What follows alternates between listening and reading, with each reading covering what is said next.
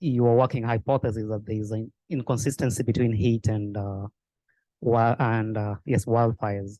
So given the inconsistency, what do you think is the ideal pathway for multi-hazard modeling, especially when it comes to attributing outcomes to a specific hazard or a compounding effect of all the hazards? And then if I'm to make an assumption that the inconsistency could be driven by other confounders such as vegetation type, because from your maps, I feel like areas around the tropics seem to be experiencing warming, but at the same time have got less wildfires. Could it be as a consequence of other confounders such as vegetation type, or also could it be by design on how you've structured your research on how you define threshold for heat waves? So if you could clarify on how you went about defining the heat wave.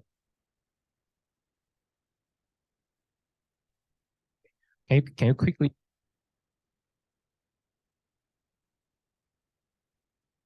No.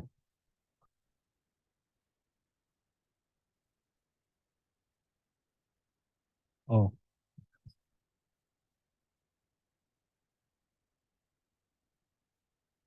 Pathways for multi-hazard modeling.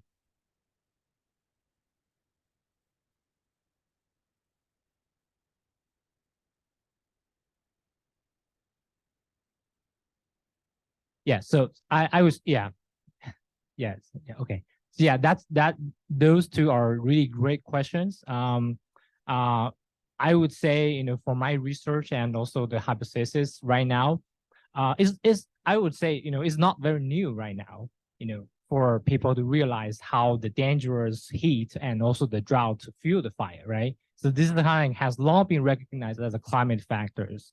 But what I did in my research is to, based on the, you know, heat wave as a whole, because like, especially when we are talking about, you know, future mitigation, like of climate change or adaptation of human society into these hazards, right? We can not only to say, okay, we want to reduce the harm from the Wi-Fi increase due to the heat wave, but we don't want to directly talk to people, okay, how many degrees warming, you know, what is the rainfall drop? This is kind of like too quantitative. And also, you know, I guess what we really want to know, especially for some recent very famous heat wave, the Australia bushfire, you know, and also the Pacific West, you know, heat wave and also the Wi-Fi. We want to identify for specific heat wave. Can we attribute that into climate change? Because there's different factors like a weather system, right? The second thing, for these different heat wave events, you know, what is the physical parameter? How do they change? You know, to change the soil moisture, to change the fuel dryness, you know, because like we really want to know about that. And also, I would say my current research is kind of like idealized right now, is more in theory, because like trying to resolve some, you know, the inconsistency between the heat wave increase and also the declined fire burn area, right? So I guess important things like, you know, when we talk about global change or climate warming, it's sometimes, you know, it's too big. But yeah, you know, like the fire I talk about, the river fire, you know, all these individual fire we talk about has direct influence, you know, for the people. So I guess, you know, yeah, you know this better than me. So I would say it's scientifically there's still, you know, like gap how to link the climate warming background and also the specific heat wave events and also the Wi-Fi things. But and also I would say, you know, we still have a lot of work to do. Yeah, does that answer the question? Hello. Okay, this question is to Salvador. My name is Cristina Muñoz de la Torre, and I'm a PhD candidate at the University of Iowa and a senior researcher at Just Solutions Collective. I have a clarifying question and then a comment. So, in your work, are you investigating both the workers who are clearing out and mitigating the properties, as well as fire response, like people who are using like firefighters?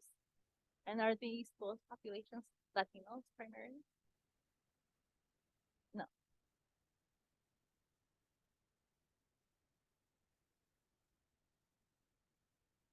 So I at the moment I'm not spending time or doing ethnographic research with firefighters, although I am doing research with people who manage programs that do weed abatement mitigation. But these people often live in offices, work in offices, right? They're not really the people out in the field, although they'll go out and check that a certain property is cleared by Latinx, either the crew that they hire under contract or that whatever homeowner has hired someone to do the clearing of the house. So right now the project is squarely invested in Latinx workers, both private companies and then groups that are hired by the county through contract. And then that makes me interface with county officials. But and the firefighters are overwhelmingly not Latinx in Orange County.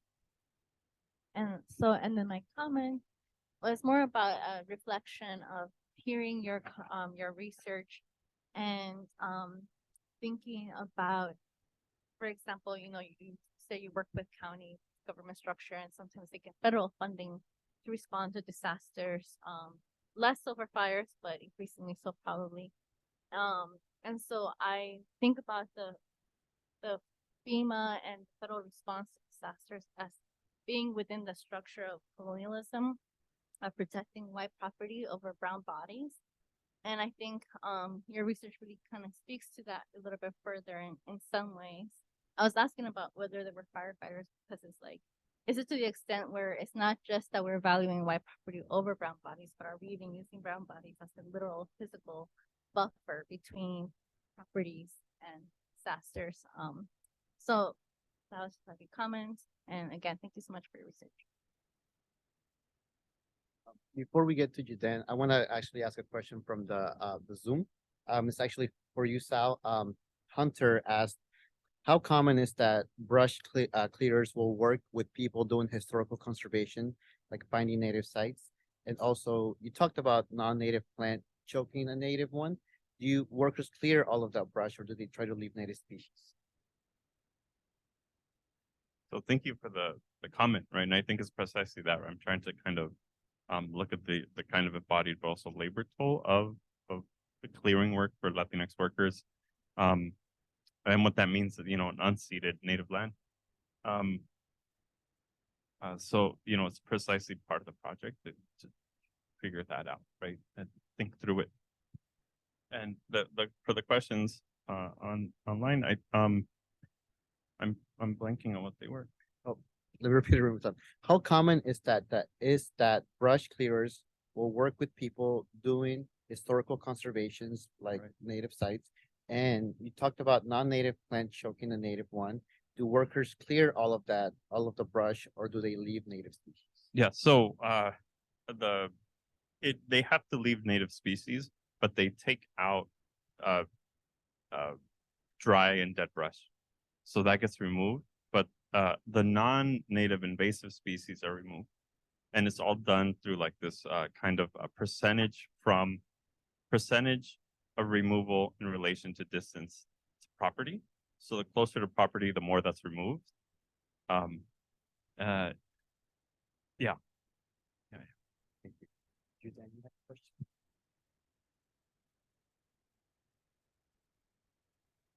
Hi, I'm Jadan, fourth year PhD student at Texas A&M.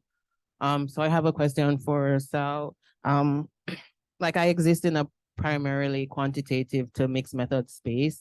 So I'd like to know, like, how do you confront issues of supposed rigor? When they use rigor, they mean, why aren't you doing quant work? How do you confront those issues? And I'd like, what are your talking points? What are some of the things that you use or say, especially given your positionality in doing your work and you are clearly announcing that? What are your tips for engaging in those discussions without getting angry?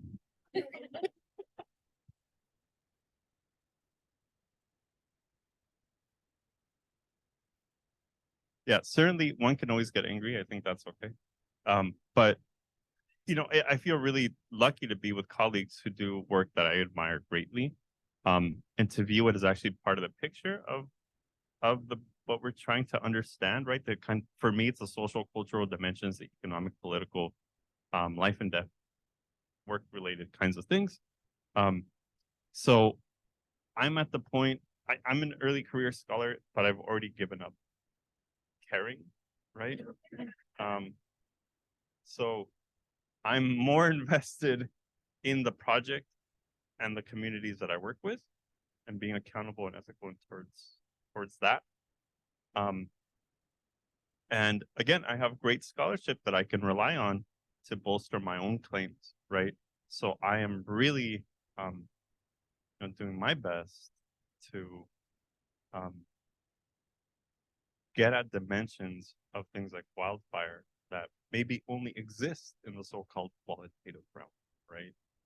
But to understand that part of what I'm really interested with the Latinx workers is that they also did deeply quantitative work as well, right? Like my dad was illiterate, but he was a math whiz, and he could tell you square footage like that, right? And it's like kind of an embodied sort of ecological knowledge, right? That I think has a lot to kind of interject in the so-called binarism of qualitative and quantitative. So yeah, but they can certainly speak more to the power and utility of quantitative metrics.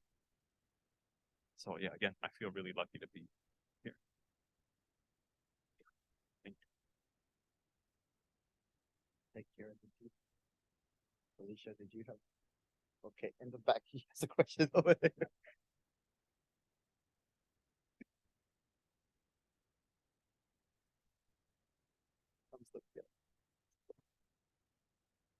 So my name is Tay Weaver. I'm in the third year of my PhD and fellow. I want to thank you all for the various presentations. This question goes to Salvador, and all of you can speak to it. I realize that continuously as researchers, we have new projects coming up all the time. And especially in your case, can you share with us some of the signposts or the intuitions that leads to new research projects and or research studies that you just enumerated? Thank you.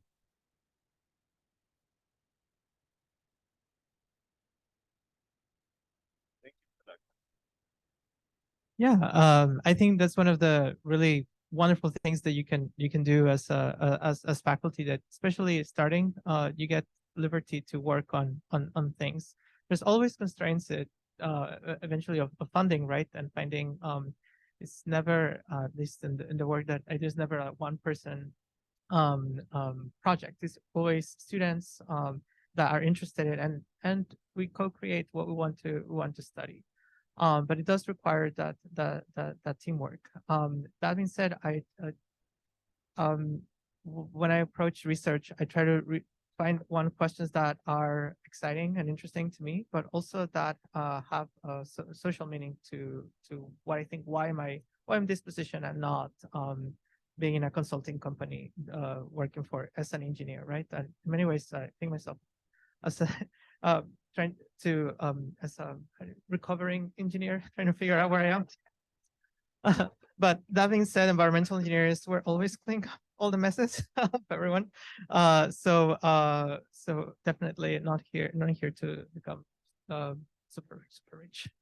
But you need resources, right? To hire excellent students to contribute to your stakeholders as you build your research.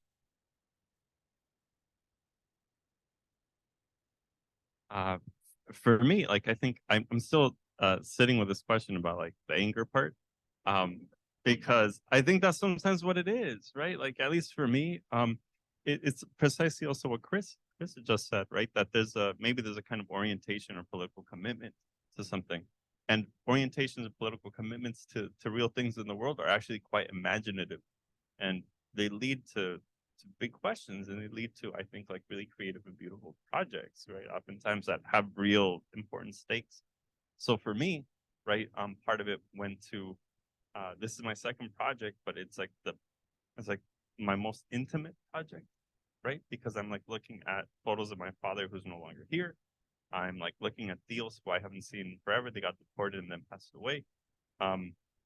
I am building a life and a set of questions around sometimes documents that are like ghostly or like that they're showing me other worlds, whether it's in the ecologies of the Chaparral, but that I'm like longing to still hear answers from those people from. So sometimes it's just letting myself be carried by that. And then rigor. It is rigor. It's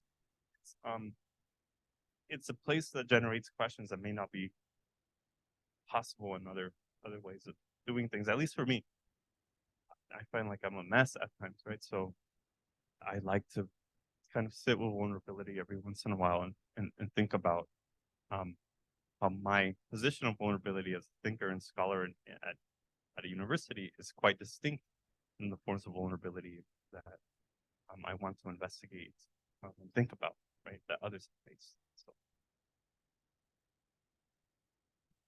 I think Kali, you had a question.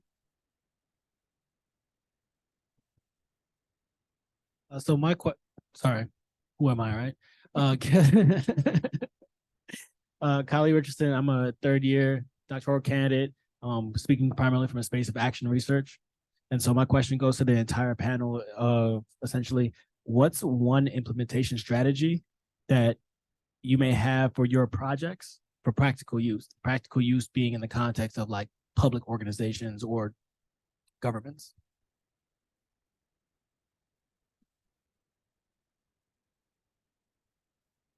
I think I can kick off. So for my research, it's really hard, to make it like, to be used like by the government. But I would say, we all here heard about, the IPCC, the climate assessment report, right? I would say, I work with, for example, climate models. So these are helping us like to simulate the warming and also to help us to project the future warming, across the world. So I would say, my work, for example, a typical pathway of my work is like, we kind of like discover fundamentally about the, how climate change feel, heat wave or fires, right? So these are improve our understanding, our knowledge. So we can put them into those like process-based models. And those can be directly used by the IPCC to assess how our future will be. And also, of course, I'm speaking only from the physical side, right? But also, the outcomes from these like climate projections, like how warming, like the climate change, can be directly used for people working in the community, like what the future will be, how we can make you prepared for this climate, and also the whole topic like climate justice we're talking today.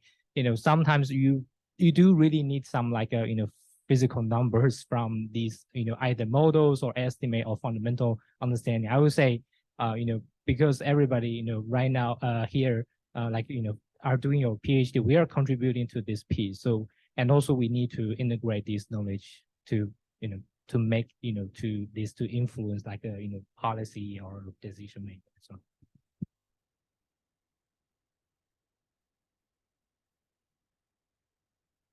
I spend a lot of my time thinking about chemicals in the environment, especially things that we put to our daily use products and the question of, is it really needed? I think one of the biggest takeaways from that report from the wild and urban interface fires is that we don't know. We don't know what happens when homes are burnt. It's not the same as burning vegetation. There's a lot of plastics, there's a lot of flame retardants, there's a lot of heavy metals. Is there a need for all of that material right there?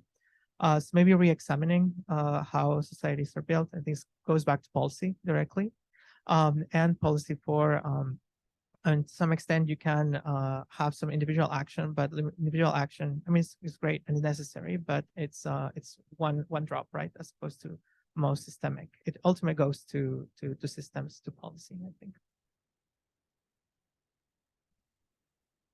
Chris's point of it, like, is it needed? Right? I think that's what you said.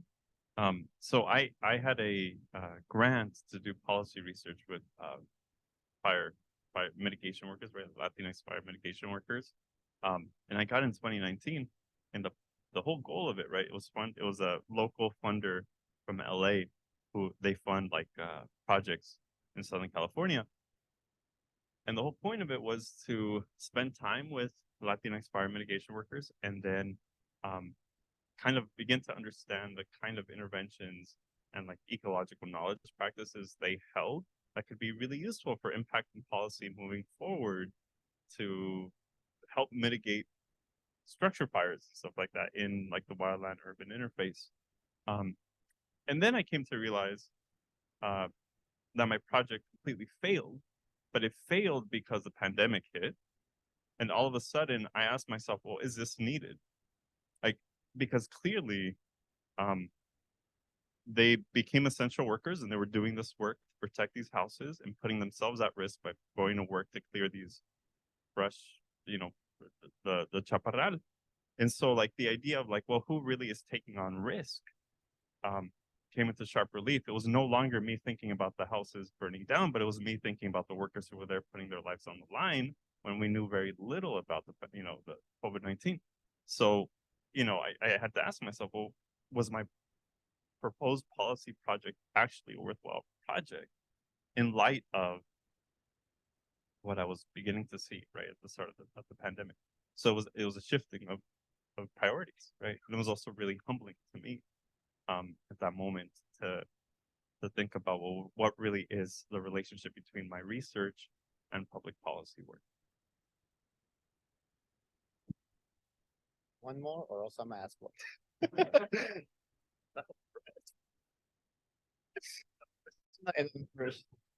Oh, yes. Arigato. My name is Brene Berner, my legal name. My Inupiaq name is Kanak. I am from Alaska. My hometown is Katyami, Kayana, Alaska, and just above the Arctic Circle. And first, I want to say thank you for not just saying on the land, but recognizing and repeatedly saying the unceded lands. That means more to me than you know.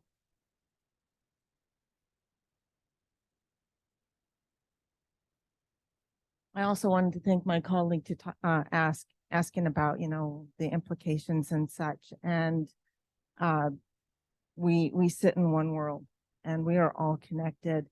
And a lot of people think that the Arctic is very, very far away.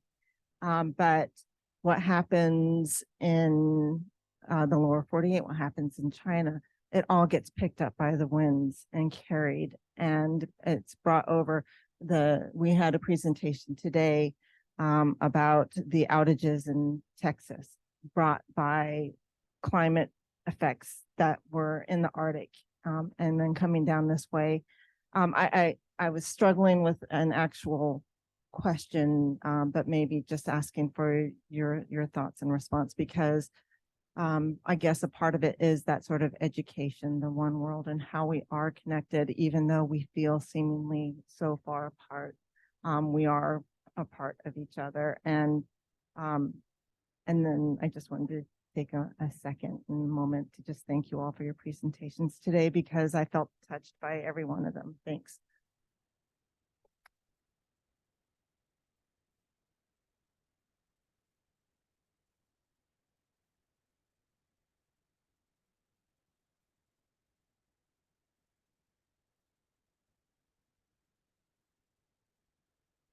Thank you for your comments and the question. I think absolutely we see it with the human-made synthesized chemicals. I study a lot of highly frenetic chemicals. One of the main ways that we haven't used these chemicals, by the way, since 1940s. They're used for development in World War II, for any coating. I love popcorn, so they're microwavable popcorn because it's where you want both to repel water, to repel oil. And it didn't start really catching attention to the bodies that do legislation until finding in Arctic populations. And you see, like, the molecule, you can regulate. As much as you want a chemical in the US, it doesn't mean that it's not going to be produced anywhere else. and those molecules transport, right? And then we have a lot of finding of why are we seeing these levels of chemicals in the ice, in the traditional food sources for indigenous peoples in the Arctic, in the blood serum of our indigenous Arctic peoples. So pollution is I think it's a problem that we focus many ways building policies in based on like political borders. But pollution it's not going to stop because it crosses to the Mexican border, right? There's this and then it's I think something that I struggle a lot with any kind of limiting, just like the idea of pollution, because it's a cycle. Like you say, we're all eventually all there's all these cycles of nutrients of elements, but also unfortunately of pollutants and pollution and of waste. And putting those burdens into certain populations, like and others population are bearing the same costs is beyond the political borders.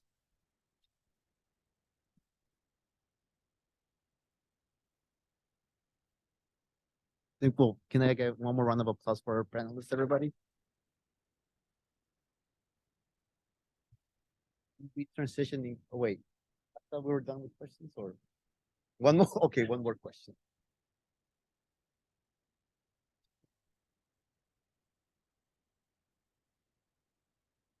So we have one more session on no, it's okay. One more session.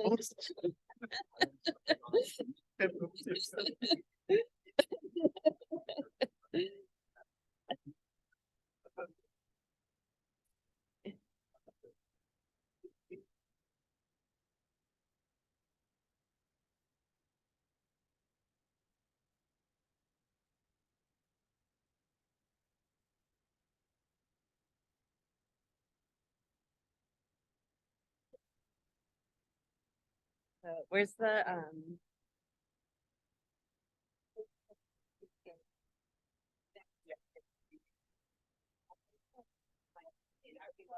This seems like a fun one.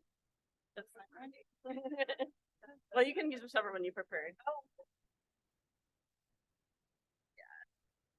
Yeah, like go behind me. Yeah. That one. This one. I put it on. Well, in the pocket's fine. So maybe. Oh, no. That's right.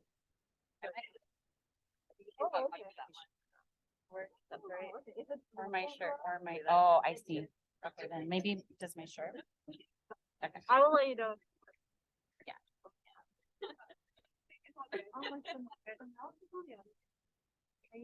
I'm gonna introduce. Oh, what do you need? Still on the. Yeah, no, it's over here now. So you should just be able to. Yeah. Yeah. Okay. You are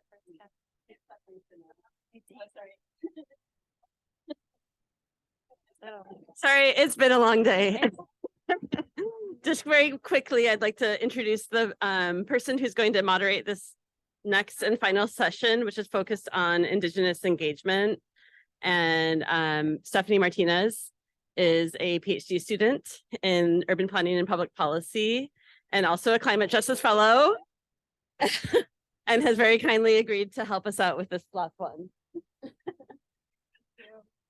I have the pleasure of introducing our final amazing speakers for today. So first, we're going to be hearing from Dr. Tiara Na'puti. Dr. Na'puti is a Chamorro scholar with ancestral connections to Guahan, Familian, Cataron, and Robat. Her work focuses on militarism and military impacts on the environment, Indigenous resistance from Oceania, and environmental justice. She's also an associate professor of global and international studies here at UCI, and she will be presenting on engaging Oceania and planetary health. Buenas on half a day. I know it's been a long day, but I just want to say that you're in this space and apparently we're in nice, neat rows, but feel welcome to move around and get up. I won't feel like it's rude if you need to go somewhere. and do something. I think one of the things that we often forget is where our feet are and where our bodies are placed. And it's been a long afternoon, I've heard, of really stimulating discussion, I hope. But I also want to pay my respects as, we're thinking about the histories and the contemporary cultures of not just this place, but of course we have vibrant American Indian cultures in this area known as California. I've recently been a visitor here, and I've learned that Tongvar, as the name is often referred to as this place, means our world. And I think that's a beautiful way of expanding and opening up our ideas about what it means to be in this world. And also there's a Pacifica tradition, like many traditions around the world, to pay respect to our elders past and present. Our elders are actually guiding our future. And so I wanted to start with this image as we're thinking about that. This image is of the creation story and the creation rock in Guahan, or Guam, the island where my family is from. And it's also a mural on here because I wanted to bring in some arts and the thinking about our ways of being in consultation with and thinking about land and land back efforts. Because tonight, as we think about engaging Oceania and planetary health, I'm coming from a place where my home and my heart is, and it's not quite here. So I'm gonna take you there, okay? All right, I'm good. Well, you're stuck here anyway. No, I just said you could move. I said you could move, I meant it. Yeah, I know there's food, and that's not always the case at academic institutional events. So, please feel comfortable to. Okay. Oh yeah, and if you need to connect with me later, you can find me at tnapputi@uci.edu. That's a professional plug. There's some letters behind my name. I'm the first in my family to get a PhD. My grandfather, thank you. My grandfather Na'puti called it a perhaps degree because he thought I would never get it. So on that note, let me take you to a Chamorro international human rights lawyer, Julian Agun, who wrote a beautiful book called No Country for 8-Spot Butterflies. And he expressed this statement of solidarity on the 62nd anniversary of the Battle of Okinawa. His poem says, "We reach for you today as you gather in memory of this bloodiest of battles, as you stand against our increasingly militarized world, demand justice and shame the powerful with the depth of your courage and your love. Know we are with you. You who know that death is not only one kind of dying. You who light the candles and line roadways and block trucks and boats with your bodies. You who hold more than your fair share of the sky. We reach for you. We hold your faces in our hands." And I wanted to start with that because the Battle of Okinawa began on April 1st, 1945. And in April of 2023, it was the 78th anniversary of the US military invasion of Okinawa. And these stories are crucial to connect us as we map different genealogies around place. Through written word, Agun expresses his kinship and his values and his shared relations with the experiences and the stories of Okinawa. He articulates how we, actually, the people of this region, misnamed Micronesia. We're actually a really huge region. So just know that. We actually reach out and we forge really deep connections from our home and from the places where we're situated here and there.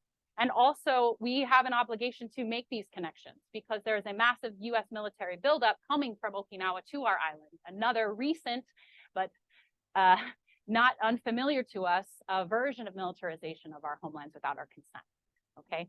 This is particularly important as the Japan national government has begun dumping tons of radioactive nuclear waste from the Fukushima power plant disaster in 2011 into the Pacific Ocean. They just started this in August. It's also important because the US military has just approved a $14 billion US aid package to Israel with $0 for humanitarian aid for the violence that they are inflicting in Gaza and Palestine. So we need to hold everything in our hands, right? We need to hold these connections together. And I want to say that because yes, I did say, it's the end of the day and it's been a long day, but we also have to continue to communicate about these wars that are costing us our planet. And these wars are often, as we know too well, these linkages are between the military's impact on the environment, and yet at the same time, that's usually the least common conversation about the role of the biggest polluting entity on the planet and the funding linkages that they use to destroy environments with impunity and then hold us individually accountable for the violence that they inflict. So it's probably not lost on folks in the room, but I every time I have a chance to say it, I'm just going to keep on saying it. Okay. So thank you for listening to that part, but it's not just me that's saying it, but I wanted to share that because there are campaigns like Demilitarize Day that happens usually in the spring. There are organizations like the Global Campaign on Military Spending that are trying to bring the literal receipts to show us what's going on. And we know we're in a lot of ways complicit and acquiescent with that in institutions, particularly academic institutions. But the more we know, and the more that we can use those opportunities to think through those situations, I think that's helpful. So you might not be able to see this graphic very well, but at the top it says 1.2 billion metric tons of greenhouse gases. And this is an old graphic that I've used before, and I'm like, I should update this, but you know, it's still powerful. US military emissions since the beginning of the global war on terror in 2001, 1.2 billion metric tons of greenhouse gases, right? And so underscoring that the US Department of Defense is the largest institutional consumer of fossil fuels in the world and a key contributor to climate change. And so if that helps you put it into perspective, that's about 257 million passenger cars, more than double the current number of cars on the road in the US. Okay. So when I say we got to talk about the US military's impact on the environment, I also bring that in with arts and activism, because I think that those things both help us deal with the dirt and the heavy and the hardship. But it also, I hope, gets us to a place of understanding the same sort of knowledges that many of us have learned from ancestors and elders past and present over and over and over again, that we have to think about how, you know, our governments, whether you claim them or not, are currently spending more than $2 trillion a year on militarization. But military expansion, in particular, in places like the Pacific, is rarely talked about. And I usually end up showing a bunch of maps just to be like, hey, y'all know where Guam is, right? And I'm going to invite you to do that on your own. Google it, look around, because I think it's also part and parcel of the sort of strategic ignorance around these places and what's being done on us without our consent, right? So that being said, it's not all doom and gloom. You might have heard about the Pacific Climate Warriors, and I forgot to say at the beginning, I can get into a lot of conversation about this. So what I'm trying to do tonight is just spotlight a couple of different groups that have been doing the work on the ground for a long time, some of which I've been working with when I go back home to the Mariana Islands archipelago. And so if you have more questions about that afterwards, and I usually bring swag, like, oh, stickers, follow them, do the stuff. And I forgot that. So if I can, I'll try to join you all tomorrow and give you some of that. But the Pacific Climate Warriors is one group I wanted to mention. In part, this quote says, their widely popularized campaign, "We are not drowning, we're fighting," in the face of rising sea levels and extreme weather events, constitutes a clear example of both resistance and re-existence, which is defined as the redefining and re-signifying of life in conditions of dignity. And that comes from Kiribati scholar Katerina Tiawa, wrote an article in 2020.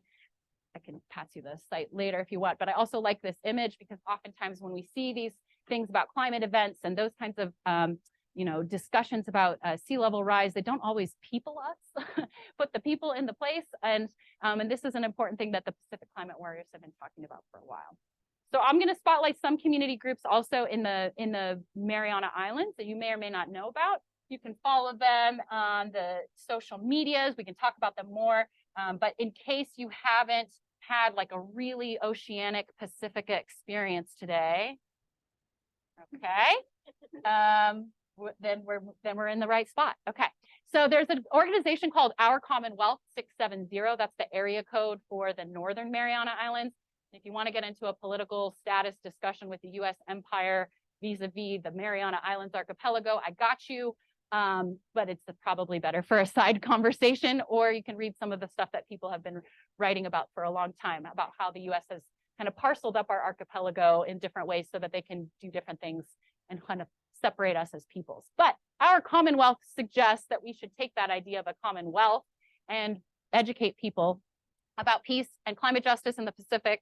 They recently held a summit, so I wanted to kind of talk about that because one of the things that they did was looking at the local and the regional environmental justice movement and then talking through that with present day decision makers, right? So not just from the Pacific region, but also thinking about the places where we also have linkages, right? So the Marshall Islands, for example, where the U.S. has conducted hundreds and hundreds of tests and dumping of nuclear waste and those kinds of things. The Marshall Islands are also really connected to us because the Marianas is not only now recognized as downwinders from those nuclear tests, but also the planes, again, connecting us to Okinawa, the planes that the US used to launch the weapons on nuclear attacks on Hiroshima and Nagasaki, they left from our island, right? So all of this is really woven together. So sometimes people are like, oh, Tiara, you're talking about all these things in all these places, but I really try to show it as a woven network, right? And at the same time, the way that we don't necessarily always hear about those things as connected means that sometimes we're not seeing them as part of the bigger picture of Indigenous justice for climate advocacy, right? So this is one organization, Our Commonwealth. I also wanted to spotlight them because they are in solidarity with us in Guahan or Guam.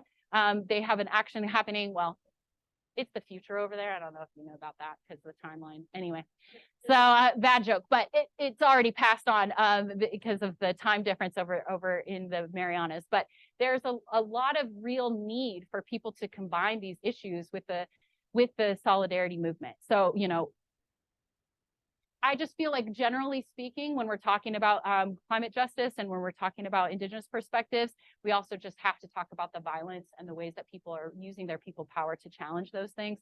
And through peace and arts, that's kind of one of the ways that we do it. Okay, so that's one organization. I can talk about it more later.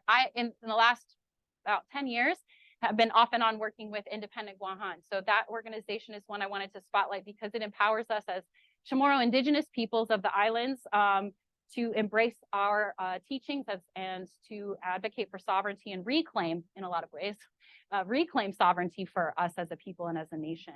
So of course, that's inspired by our ancestors. You know, that image at the very beginning, the creation story, which I didn't get into, it's actually, you know, a beautiful story that imagines a little bit kind of, I guess you'd say, posturing that Chamorros created the world. So if you think you all created the world or you have another creation story, that's fine. But my ancestors were like, oh, we're big enough down here in this area of the Pacific to believe that we actually created the world ourselves. And because of that hubris, I love it so much, it reminds me that there's another way possible, right? So if we were able to create our own world and for thousands of years steward it and continue to do so, it seems a little bit preposterous that we wouldn't in the contemporary 21st century be able to be an independent nation free of the US empire.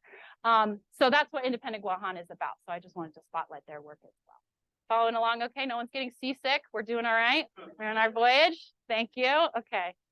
Ooh, all right. So this organization is one, and then, you know, there's a massive military buildup, as I kind of mentioned. Protehi Latexan is one of the organizations that's also happening in Guahan to spotlight those issues. Protehi Latexan means protect Latexan. Latexan itself is a place name that we've reclaimed. And it's important to use those place names because it reminds us that, again, we have both a vibrant and ongoing presence, and also the language itself is, I think, a way of demonstrating that resistance and re-existence, right? Reclaiming the language and the land. Because of the massive military buildup plans from Okinawa, one of the pieces, just one piece of that is a firing range. And they're planning, the US government has already started this, putting a live fire training range in the area of Latexan, which is currently designated as a wildlife refuge. Okay, so some other smart people in the room, and I'm sure that many of you will have this capabilities, and then thinking about like those that do the climate modeling and all those kinds of things, the environmental impact, right, again, of the military and how the military over time, and then not just happening in the US nation state or so-called US territories like Guam, it's happening in lots of places where near or under the purview of environmental protected areas, the military still has primacy and power. Right, so marine protected areas, right, marine national monuments, the wildlife refuges, anything pretty much under the U.S. Parks and Service has now, and this is a new area of research for me, but has basically become kind of an area that's writ large, who best to preserve and protect the environment than the military. So anytime the military needs to do training and testing exercises, they, especially in the Pacific, tend to have like open access to these places, and yet they're being closed off to our people, right? So Protehi Latexan is trying to sort of raise the issue there. And then again, I said I'm going to take you oceanic. I'm like, let me take you to this place. So the wildlife refuge is along this area, and it's also really close to one of our really important sources of fresh water. So, I mean, fresh water is always important, but especially if you live on an island, you know. So this is a reason for paying attention to that, because this Google map actually shows you that same coastline, but the carved out spaces are where the firing range is. And the level of devastation and destruction, it's clear cutting of our limestone forests, right? The No Country for 8-Spot Butterfly book that I mentioned with Julian's beautiful poem earlier does talk about the species, you know, that like the 8-Spot butterfly, there's a lot of endemic species only to the Marianas that are in this area, and the live fire training range is being constructed, well, according to the military, over it, you know, so the bullets will just fly over and then into the ocean. We don't know the impact of, you know, all of the types of toxins that will come from this training range. But, you know, our argument is we shouldn't have to wait to find out, you know, and a lot of the studies and the ways that it works, for those of you who are probably more in the policy realm can share with me, but it's like, usually if you follow US guidelines, you have to prove impact for them to do the, you know, cleanup. And we have a lot of Superfund sites that are considered the most polluted places. We have a lot of those kinds of things from previous militarization on the island. And so this is the latest iteration. Okay. That being said, you know, I think one of the other things that's really exciting about at least learning about some of these things is some of the ways that the youth and other folks are getting involved. So I mentioned the freshwater aquifer. Protect Guam Water is the youth-based organization that's part of this. So I've now gone through several organizations. They all are working in the Mariana Islands to educate and advocate about climate justice, but also to bring voice and awareness. Even though we're a heavily militarized community and very Americanized, and, you know, I think a lot of us have ties to the military, myself included, family members who are lifelong service members in the U.S. military. A lot of that doesn't preclude or prevent us from being able to raise voice against these structures, right?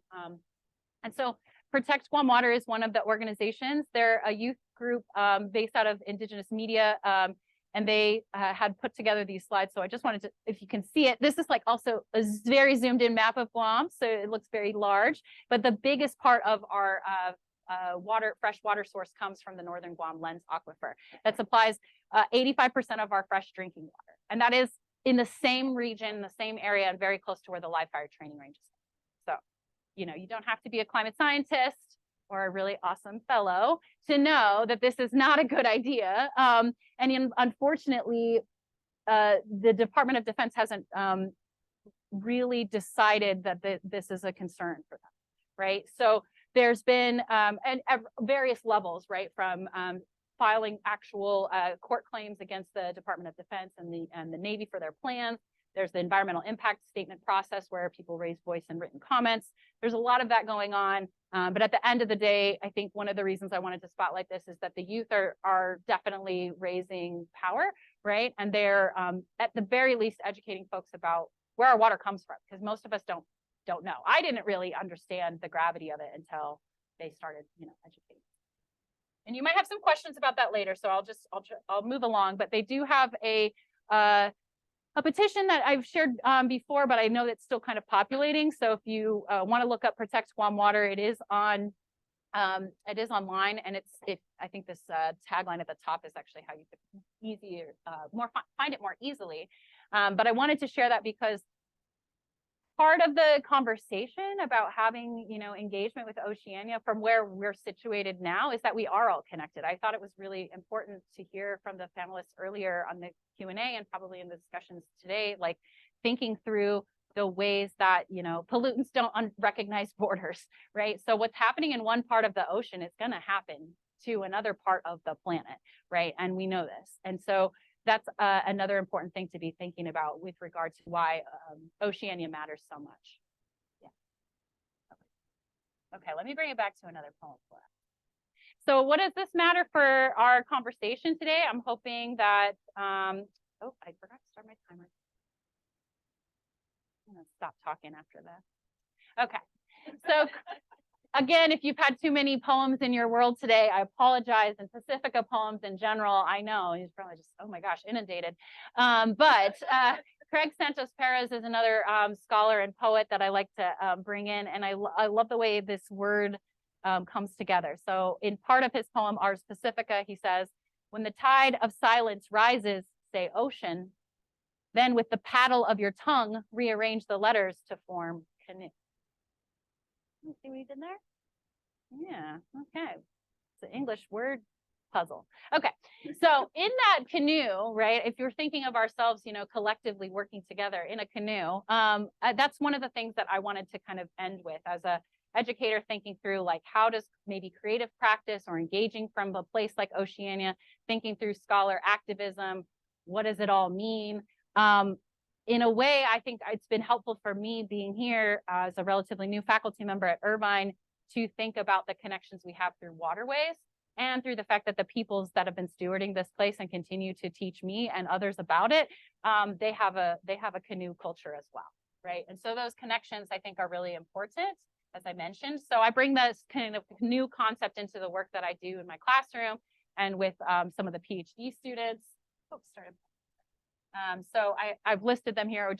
If you have a chance on campus at some point to go into the social science tower, it's the anthropology department's, you know, building, as well as global studies where I'm at. There is a canoe on the wall there. There's a story behind that canoe. I'm kind of a little bit obsessed with it now because we don't think of canoes necessarily as just metaphorically or important vessels. They're also kind of ancestors in a way, usually because they're dug out of our trees, right? But those are all part of our connected environment.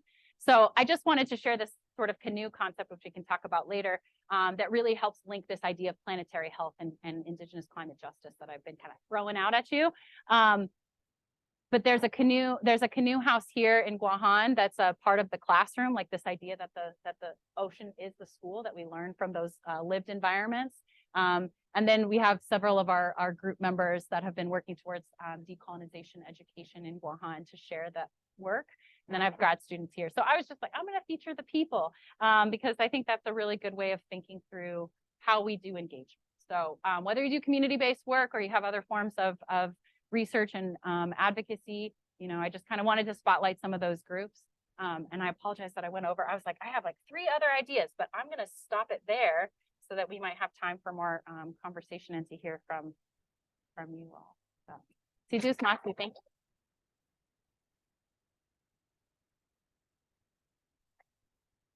Oh.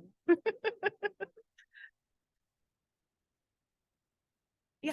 Oh, I just have to add the screen.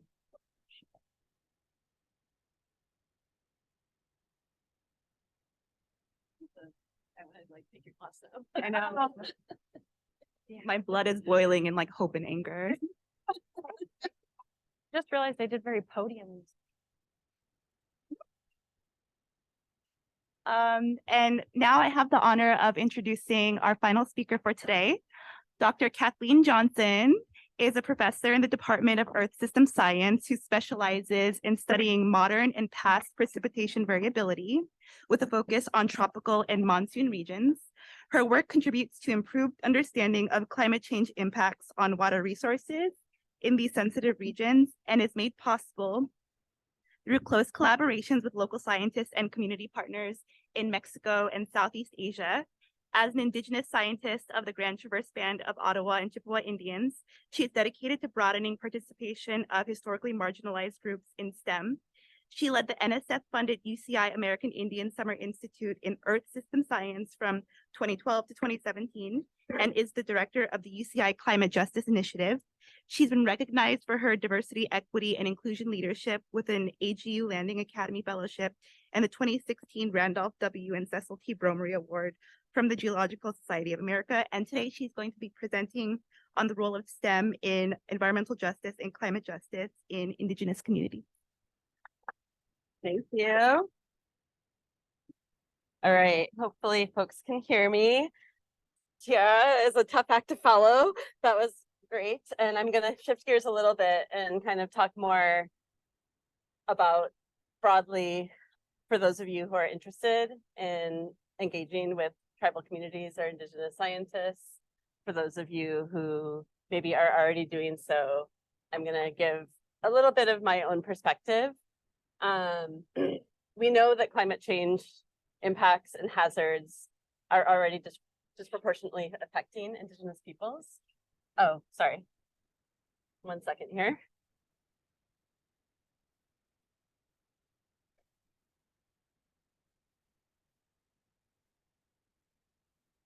recording as well? Yeah. Okay.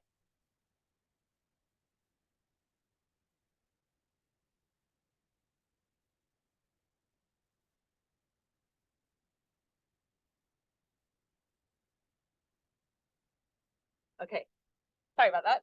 So yeah, so we know, you all probably know, it's not a surprise, and we've already heard about some of this today, that climate change impacts, extreme events are already impacting marginalized communities, and Indigenous communities are at the forefront of a lot of these issues. And so there's definitely a need for scientists who are able to work in these communities. There's a need for more Indigenous scientists, and there's a need for a different kind of science and research that is inclusive and respectful of Indigenous values and culture. So I won't go into the land acknowledgement again. I thought I would put it up here again in case there were people who joined us later today and didn't hear our acknowledgement of the Ahashman and Tongva people whose ancestral and unceded land we are located on today. The Ahashman and Tongva peoples have long traditions, centuries long, millennia long traditions of caretaking and protecting this land. And they are an integral part of our community in Orange County and at UCI. And so acknowledging these original stewards of the land where we live, work, and study, who have persisted throughout the violences of colonialism, land theft, forced displacement, and racism, and still hold very strong spiritual, physical, and cultural ties to this place.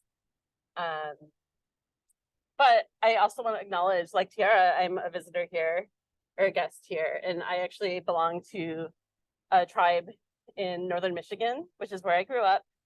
So this is actually a satellite image of Michigan here with the Great Lakes, which are a very important part of my childhood and upbringing, and also our culture, an amazing place. So the tribe that I'm enrolled in, as Stephanie said, is the Grand Traverse Band of Ottawa and Chippewa Indians, which is part of the Anishinaabe culture, part of the Three Fires Confederacy. And my family has lived in this area for you know, centuries, millennia, effectively. And so I have personally very strong ties to that place. But here we are, and I also feel that even though I can't speak for the Indigenous people who are from this place, I feel like as a Native person that I am compelled to build relationships and be a good relative, basically, to the people who are here.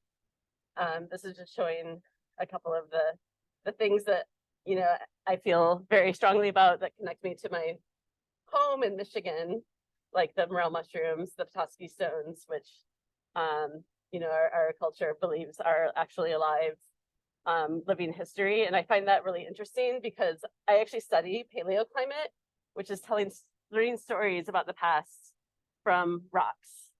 And that actually does align quite well with some of the traditional perspectives that we have about life that can be, you know, our relatives are not just the people, but also the animals and the plants and the trees and the rocks.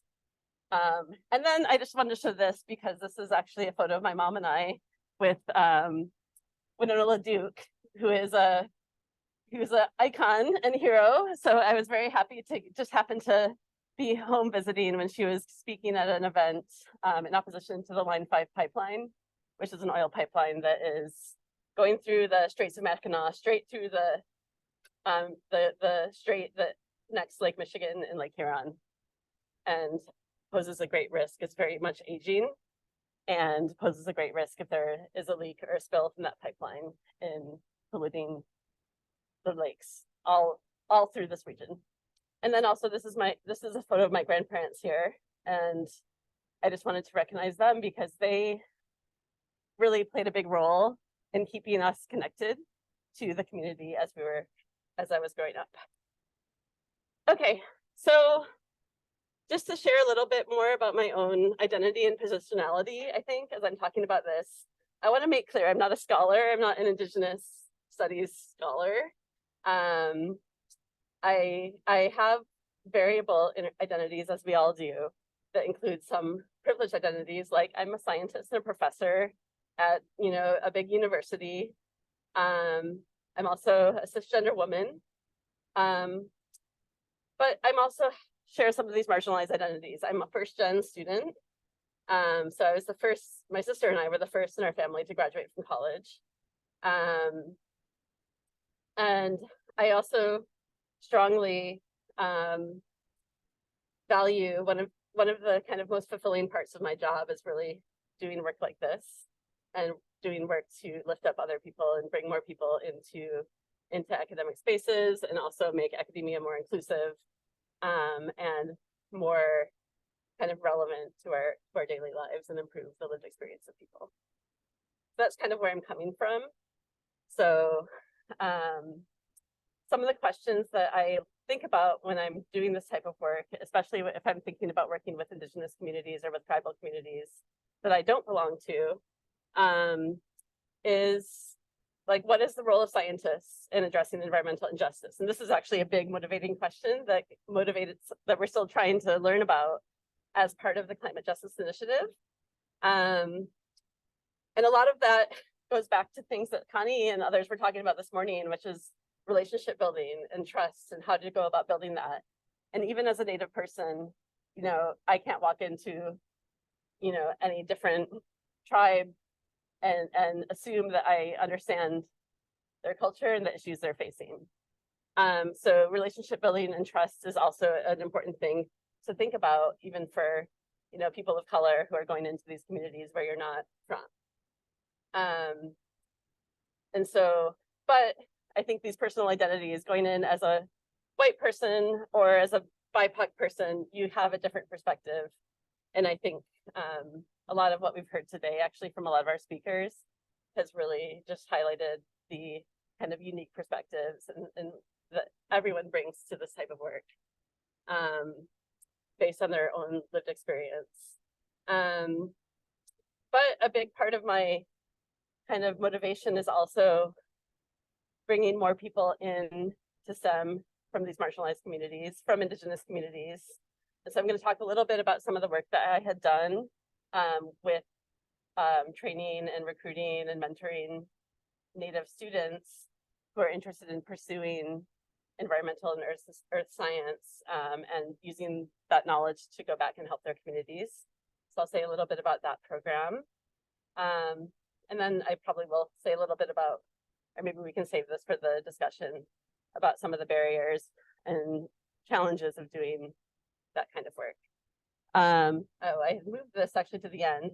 This is just a few recommendations for those of you who are maybe new to this, of books that I would highly recommend that talk about Indigenous knowledge and Indigenous science. So I won't dwell on that, but I will leave that there. And I also want to talk about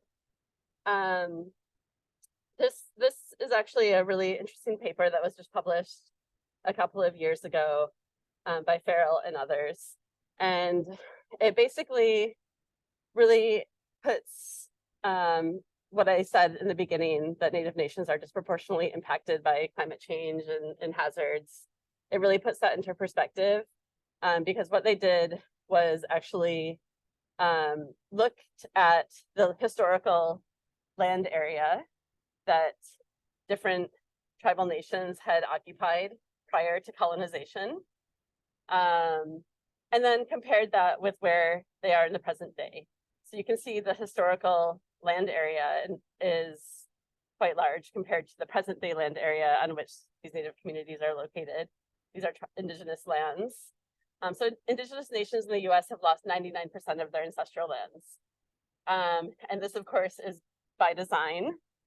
This was a result of first settlers and colonization, and then the result of policies of the US government.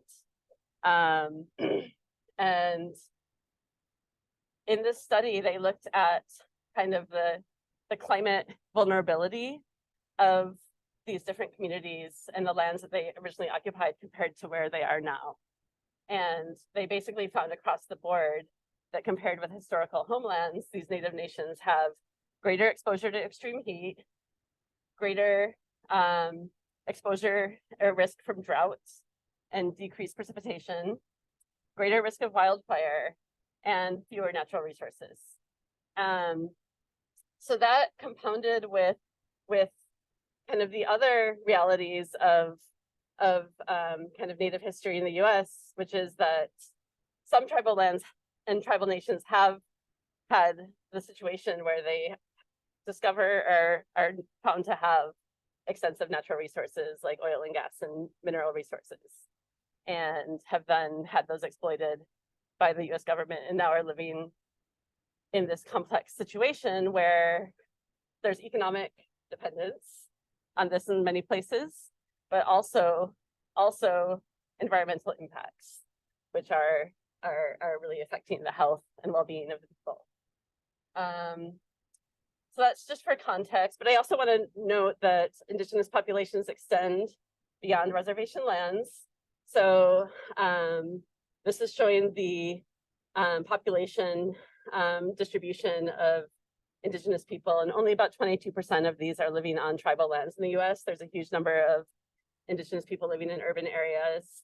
And there are many different, the orange areas are showing the reservation lands, and the green is the population density. So you can see that there are vast areas where we have a lot of Native peoples who are not living on the reservation or living with their communities. And I just want to kind of mention that as well, because it's important to understand if you are talking to a Native person or trying to work in a tribal community, to understand and recognize that Native people are not a monolith. There's like a huge variety of cultural, political differences between these different communities. There are also some shared commonalities, for sure, but just kind of remember that if you want to ask a question about, you know, issues that are facing the tribal community or structures they have in place or how to address problems, know that it's going to be different. You'll get wildly different answers depending on where you're looking. I also wanted to mention briefly the issue of land grant universities or land grab universities. I don't know if any of you saw this amazing article in the High Country News a few years back now that talked about the history of the Morrill Act, which was a act that basically took land taken from tribal nations, gave it away to universities who then could sell it or otherwise profit off of it to fund their endowments. So the University of California is a land grant university, which means that this building and this campus was built from money raised from stolen Native land. And so that's another kind of layer of context. I think that it's important to understand when because it does tie in to the fact that there is a widespread distrust, I think, of academics within a lot of tribal communities and Native communities. And and that's not just because of this, but also because of, you know, many, many instances of extractive research practices. You know, there's a long list. So that presents another barrier if you're coming in kind of from an academic perspective. And I can say that's even as like a Native academic, you know, you still have to build that trust. All right, I'm gonna actually skip over a little bit of this. I did want to talk a little bit about land back, which was mentioned a couple of times, I think, today. And this is something that, you know, I think the recent years, and especially that High Country News article really initiated a lot of discussion around this, but also kind of the cultural revitalization that's going on within Indigenous communities and with Indigenous youth really also have brought this to the forefront. But, you know, there's a big push to return management or ownership of land back to Indigenous peoples. who have these, you know, incredibly long histories, centuries-long histories of managing and understanding these natural systems. I actually found this quite surprising myself when I first the more I learned about it, but like thinking about like the national park system, thinking about the conservation movement as a earth system scientist and a climate scientist, you know, I think the initial thought is that, okay, this is, yes, these are all good things. And they certainly are, like protecting some of these spaces is an important thing. But this quote from Kyle White, who's a leading environmental justice scholar and activist at University of Michigan, shows that it kind of demonstrates, I think, what the issue is. And I'll read it out. The conservation movement has been as damaging to Indigenous peoples as extractive industries. National parks, ecological restoration projects, conservation zones, and even the uses of certain terms, especially wilderness, are associated with forced displacement of entire communities, erasure of Indigenous histories and education and public memory, economic marginalization, and violations of cultural and political rights.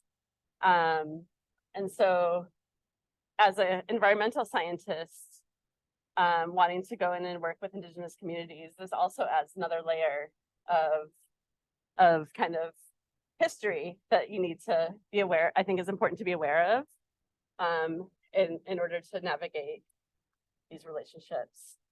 And this is actually showing just a few examples more recently of successful examples of land being returned or land management being returned through Indigenous co-land management agreements. So now I think there is a reckoning that's happening within the conservation field that is actually now recognizing the issues with this colonial history and trying to, you know, move towards restorative justice, basically.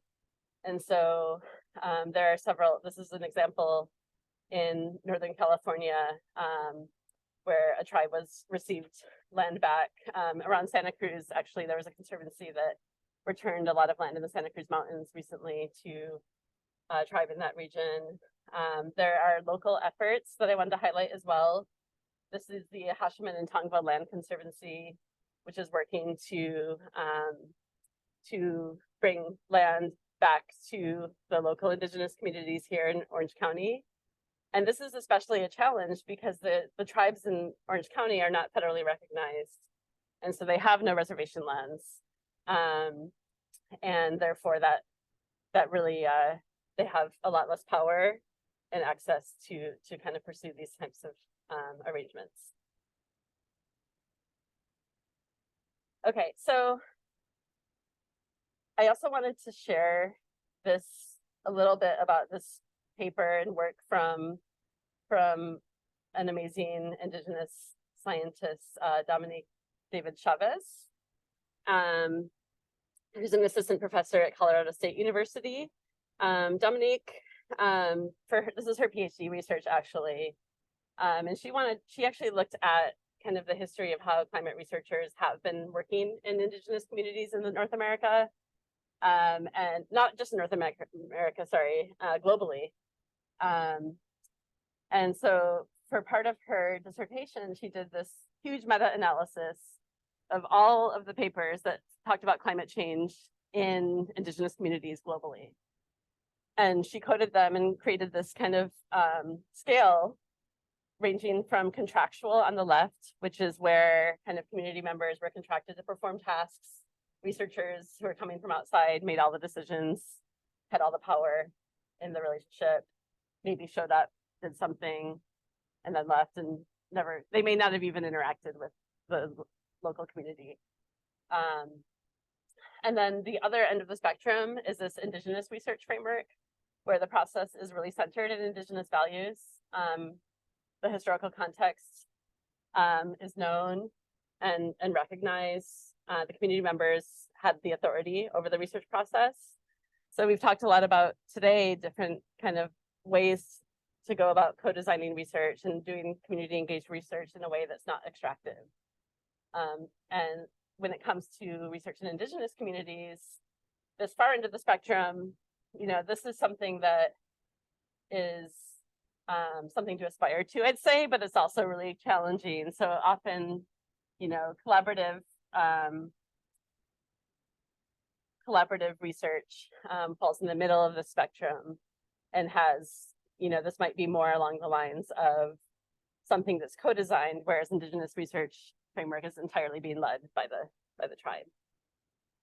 Nevertheless, I think we can agree that the categories on the left here are not ideal and perpetuate the problem.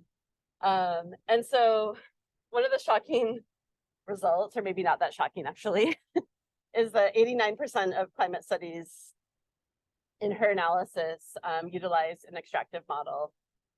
So this is where Indigenous knowledge is utilized with little participation or decision-making authority from the knowledge holders in those communities. And so that 89% fell under these contractual or consultative kind of category. And then in this paper as well, they go on to discuss indicators for responsible research practice with Indigenous communities. And a lot of these are drawn from the United Nations Declaration on the Rights of Indigenous Peoples, and are things that I think certainly apply to Native communities, but also apply to many other communities that have been historically marginalized. So questions that you would want to ask if like designing a research project or trying to initiate a research project are about access. Are the findings accessible to Indigenous community members? Are they reported? Are they relevant and reported in the context of concerns or issues or interests that are defined by those community members? Are Indigenous community members credited for their knowledge contributions, and how are they credited? Is it in a way that they actually want to be credited? That could be co-authorship, or it could be, you know, something else. Co-authorship is not usually the top priority. Did it cause no harm? I think that one is obviously a goal.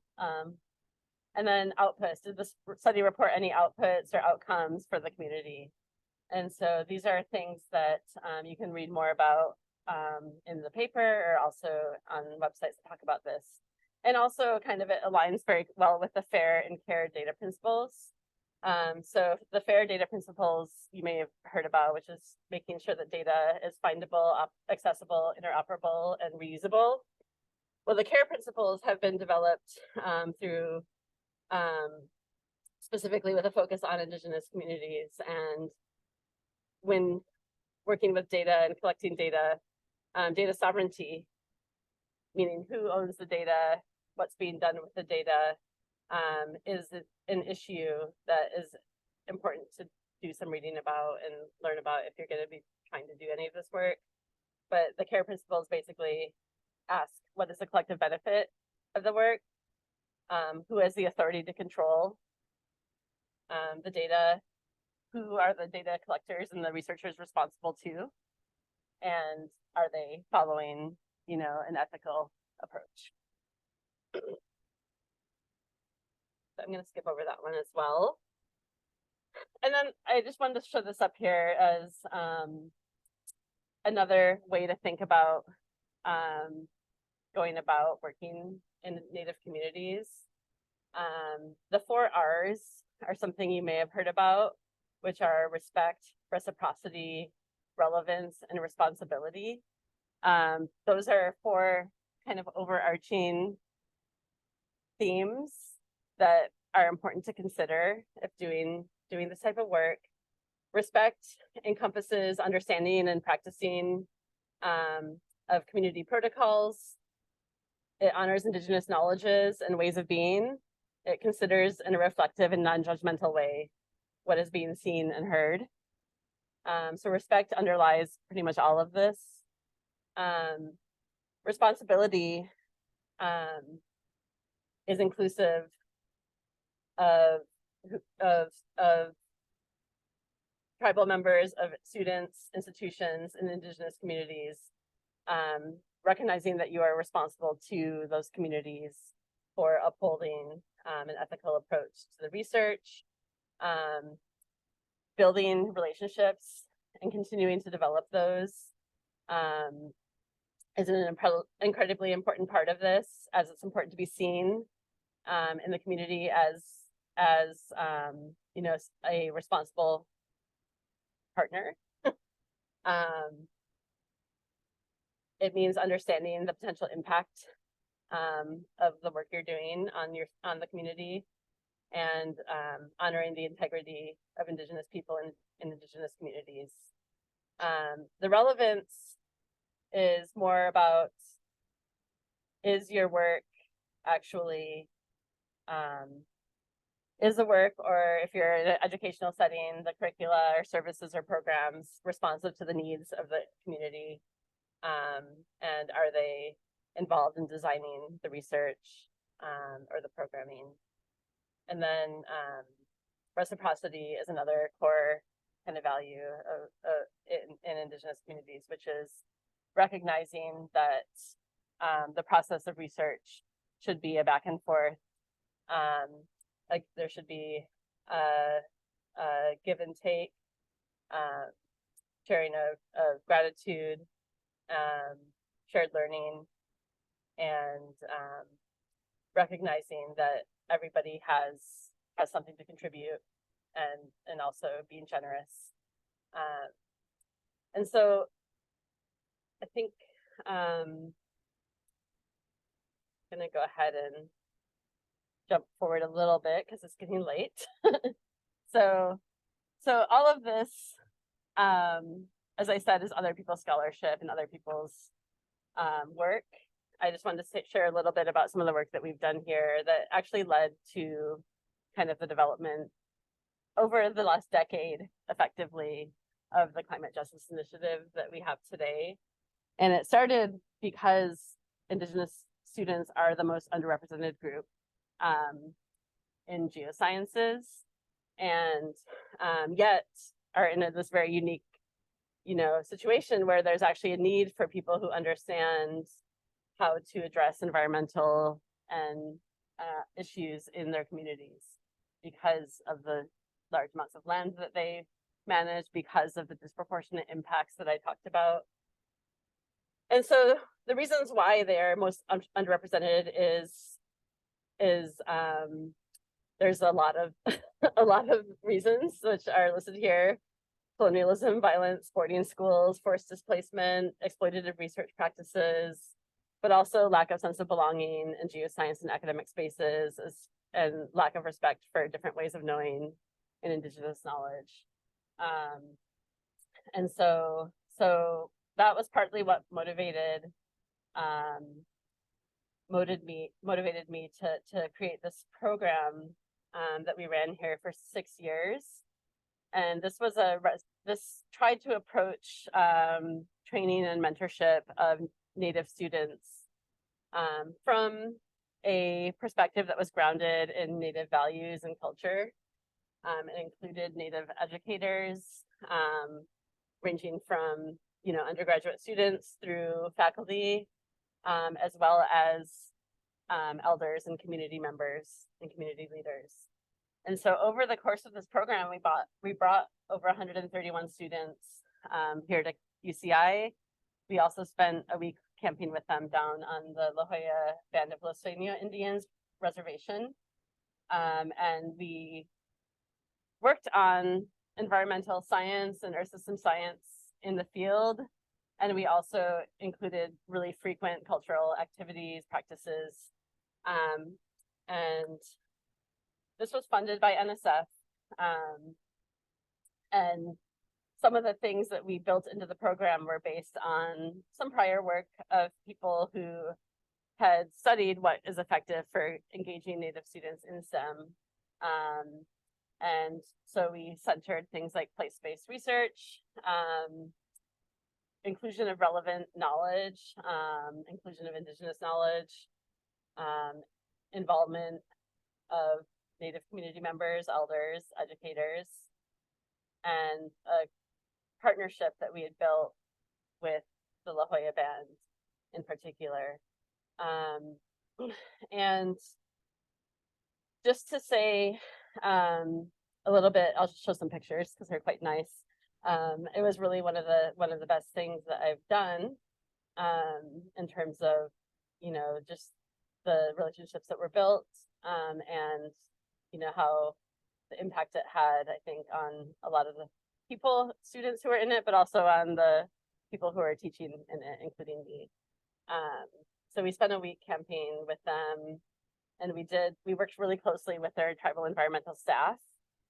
Here we are going through their process they have for one of their water quality assessments, looking at, I think, benthic macroinvertebrates or water chemistry, together with tribal members who are working for their tribe's environmental program. This is a panel. We had this like outdoor classroom at the campground where we spent camping down at their reservation. And this is actually a panel where we brought in, you know, the directors of different tribal environmental offices from several tribes around San Diego County. Just a few happy student photos. Doing some presentations and measuring of carbon fluxes from the soil, etc. And then on the second week of the program, we brought them to campus, and this is really where I feel like I got to kind of learn a bit more and think more about environmental justice. We're making liquid nitrogen ice cream here. But during the second week, they had to work on research projects, and we had them partner with each other. Usually we had partners, two or three students representing different tribal communities, different experiences, but they would have discussions throughout the program trying to identify common issues that their communities were facing. And it was very easy unfortunately, for a lot of them to find common issues between their different tribal communities, whether it was impacts of water quality or impacts of mining, or fracking was a big one, or issues just with like waste management. And so they developed these research projects that they presented in a ceremony at the end when their family members would come as well. And this was always really a highlight of the program, and also just the topics that came up year after year after year as we did this program for 6 years really made me learn a lot about all of these different issues. And kind of, I'd say, just like as a personal journey, helped me kind of really want to devote more time to doing this, which is partly what led to this climate justice initiative proposal, which is, even though it's not specifically focused on Indigenous communities alone, it's focused on broadly addressing participation of people from marginalized backgrounds in STEM, and also partly addressing environmental justice and work to address these injustices through an approach that is community-based and non-extractive. And like for that, I'm very happy that we have the Research Justice Shop, for example, which has partnered with us, and they already have this amazing curriculum. And we also have partnered with Sacred Places Institute for Indigenous Peoples, which was mentioned earlier, who are doing work across Southern California on issues related to environmental justice. So I think I will leave it at that since it's getting late.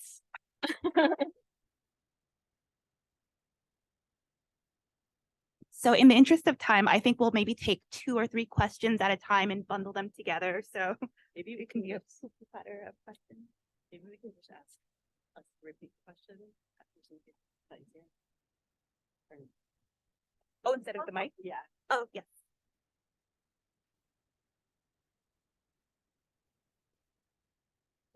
So no mic? Nobody was here. Just in case.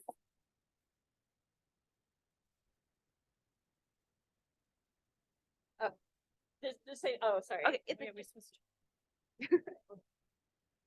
Okay. Is it on testing? 1, 2, 3. Thank y'all so much for your presentations. As a Black woman in academia, it is Not often that I get to hear about Indigenous experiences. And so I am very grateful and appreciative that both of you have done these presentations. The first question, and please correct me if I pronounce your name wrong, Dr. Na'puti. Hey, I've been getting names wrong all weekend. So my question was for you, or I have two questions, one for you specifically, and then one for the both of you. The first question is, how do you create safety to show up as yourself in your scholar activism in academic spaces? There are a few of us in this room who do scholar activism or are trying to pursue scholar activism. And that sometimes gets hard, especially as graduate students who are trying to graduate. So that's one. Or yes, going to graduate, because hashtag we gonna make it. And then the second question is for both of you as Native scholars who are also doing work within Indigenous communities. How do you navigate potential bias or potential resistance to your work from other scholars or from, higher ups or whatever who say, oh, you're Native, you're doing work on Indigenous communities. That's not real research, or why that community? Actually, Cameron, can you hold on to the mic? I think what we're going to do is say the question loudly and then we'll repeat it. I think that'll save like 10 seconds. Oh, do you want to go first? We'll do two more questions. Oh. Sorry, I'm trying to see your name. Do you want to say your question? Okay.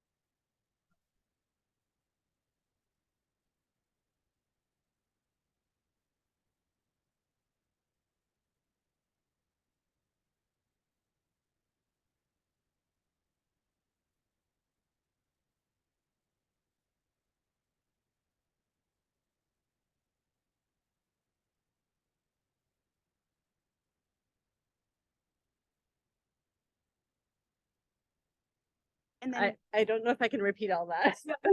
maybe we have the microphone after all. Okay. And maybe microphone, one more question. Yeah. Sorry, I've been wanting to go to the bathroom, but I need to finish this panel. I think, and then this is going to be probably deeply personal and rather uncomfortable, but I think we need the answer in the sense that I often wrestle with Audre Lorde's comment on the master's tool cannot dismantle the master's house. Am I the tool, or am I the master? Because I go to a land grab university, I'm looking to partner with Native communities, and there's this certain ick that I feel I don't know how else to describe it, as this imposter syndrome of going into spaces that I am not necessarily from and feeling empowered and not talking myself out of doing this work that I'm probably more capable of doing than somebody else, given my framing. But I also want to stay true to listening. So how do you wrestle with those things of being Native scholars at land grab universities, being a part of a career that's systemically defranchised? How do you and don't, without letting it affect your capacity to do your work, which obviously means you're confronting them daily. Thank you. Right, all for the great comments and questions. I'll give a couple of brief responses, if that's all right. Yeah, so I think they're kind of related though, in terms of creating safety I honestly don't know that I fully view myself as a scholar activist. Maybe I am, but it's been a journey. And I think, partly it's coming from a STEM background. That's a lot less common, right? You learn growing up, and you certainly encounter a lot of other scientists who have the view that, science is apolitical and take the people out of science. But that is not anything that ever really resonated with me. And I have a feeling it doesn't resonate with most of you if you're doing science. The reality is that science is political. And I think, you know, I personally just couldn't live with myself if I didn't, you know, kind of use my science for the better good and for the things that I value. And so in terms, I mean, I'm very fortunate to be here at UCI where I feel like there is, I'm both fortunate and not. I'll say the fortunate part first. I really appreciate, like, there's a lot of, I have a generally very supportive department and positive climate, a very diverse university. And so I haven't felt the pressure as much in my department. But when I go out, I actually serve as equity advisor for my school, which means I have to go talk to faculty and lots of other departments about the importance of diversity and inclusion and equity in the hiring practice for faculty positions. And it is often really shocking to me how much they really only value one thing, which is research, productivity, prestige, and publications and quantitative metrics. So I will say, like, I'll tell all of you that I definitely, when I did that Native outreach program, that was pre-tenure, and it was a huge amount of work, and it definitely, I didn't get any papers out of it. And it made the whole process of going through the tenure process like very stressful and like touch and go. Thankfully, I got tenure and I'm here. And now I think our like systems for evaluating for merit and promotion in faculty positions is really now changed quite a bit to value or put more value on some of these activities. Like June, I think, said this morning, is getting better. That doesn't mean there's not still like a lot of people out there who will think like what you're doing is not like academic work or not worthy or not science, but I just mostly ignore them. And then the other question about,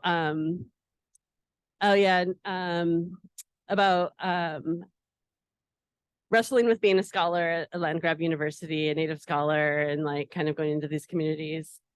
For me, the most important, like, I think one of the best things is really just community and finding community and like-minded people to work with and know. And I think like that's one of the things that doing this work is really, one of the most rewarding aspects of doing this work is that I think you get out of your silo and out of your department and meet people across campus. So like working, even though we're all really busy, we don't see each other that often, but like having like a network of Native and Indigenous faculty on campus and working with community members and also working with other people across campus who are really kind of striving for the same common goals and like being part of the climate justice initiative is all things that kind of gives me energy and motivation.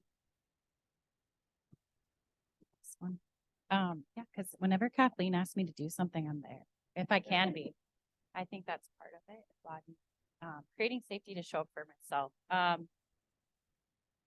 I actually think that maybe riffs off of this idea of community is like, I can't show up for myself if I don't have a collective support.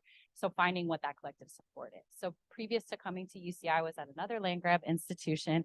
And I think the big question of wrestling with being a Native scholar, really any scholar at any, I mean, it's a settler colonial world we are living in, especially in the US, continental US, and most around the world. So I think until universities writ large that never imagined us to be here in the first place recognize and understand that we belong, it's always going to be a wrestle, right? And so whatever identities, positionalities, and circumstances you're dealing with, I think the dealing with that scenario in academia and finding community and creating community where possible to help you do the work of showing up for yourself. So it's sort of a backwards. Like I was like, I'm bringing all these people with me. I'm spotlighting all these groups because literally today before I got here, and one of the reasons why I couldn't stay for very long or come for all of the things that look really awesome, and I wanted to be here, was because I was working on another thing for community-based work. And so it's like unapologetically, whatever it is that you're doing, oh, that's a fire in my belly. Oh, I'm going to say that. And I was like, so every time I get a chance to say something about the US military being the largest polluting entity on the planet, I'm going to take it. Thank you so much for the platform. Thank you. And it's not me, the only one that's doing it, but to spotlight groups that have been doing that, because until we exhaust this structural system that's, you know, creating these situations in which, unfortunately, amazing, brilliant people in the world are asking the question of like, do I belong? Yes, you belong. And whatever it is, gifts, talents, energies that you're bringing to do right now, maybe that work is just showing up. Maybe the safety is just being in a PhD program. You know, for a while I was like, oh, I'm not doing enough. And then I was like, the perhaps degree, rest in peace to my grandfather. He's so great. But when he said that, I was like, oh man, yeah, that's right. I need to hurry up.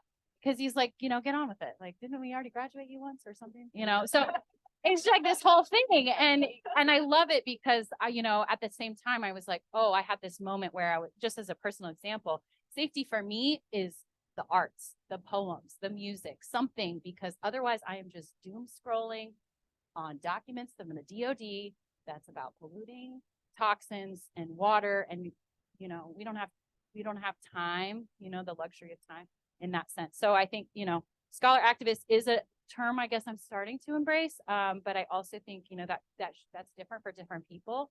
You know, I present in a very different way in this world. And I realize that that's not on the same way for everyone. So I do think when I'm suggesting finding the things that fill your cup to help you create those safety protocols, if you will. And I would encourage you, if you don't think of them as protocols, because, you know, keep them as rituals for you that are unapologetically like, nope, not doing that, or yes, gotta have that.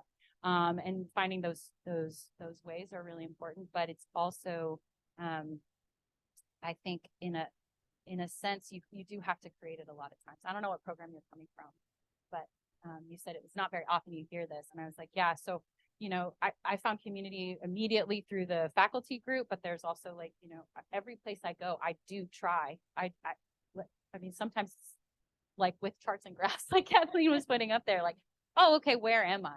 Who's doing this work? What is my maybe responsibility to be in good relation, even if it's just a temporary visit? And some of that is more out of me thinking the same way as a diasporic, you know, Indigenous person from the islands. Like people show up to our space and they don't seem to respect it. They don't have a reciprocity orientation. Academics don't really have a reciprocity orientation. And so when you're thinking about the future and you're thinking like, oh, tenure track job or postdoc or whatever else you've got going on, I also think it's good to email people, maybe be a little bit like a reach out kind of person when you need to build community. So I did that as well. You know, something else about bias. Oh, any. My background's in communication studies, actually. I don't consider myself to be a climate scientist. I have been writing about super typhoons and reading a lot of really amazing scientific research and Indigenous climate science and, you know, those kinds of things. I've been thinking about like ways to think through challenges to the Department of Defense from a personal and political level, but I don't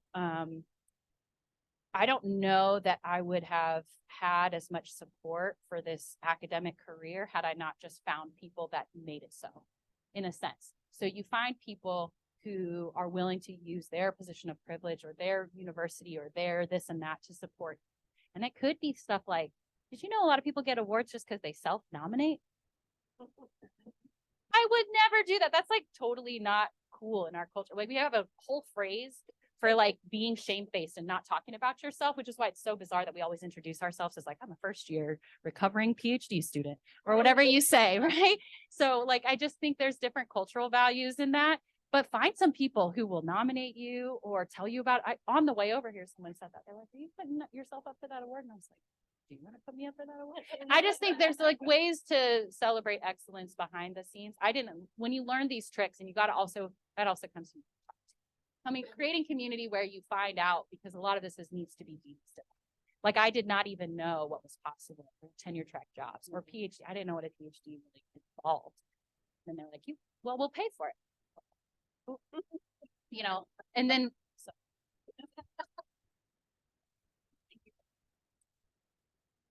Oh my gosh. I would love to chat more about this. And I'm very intrigued by this idea about the HBCUs and land grant universities as well. Because I hadn't really thought about that before either. And like, that's super interesting. And I would say like land grant universities have been a celebrated thing in American history. They are still celebrated. If you go and hear our chancellor speak, you will not hear him speak. You will not hear him give a land acknowledgement. You will hear him celebrate UCI's history as a land grant university and how, you know, nothing was here before UCI was here. And so that's sort of the bad side of the struggles of being a Native person in a big university. So you will see our speakers again. So please continue the conversation. Thank you.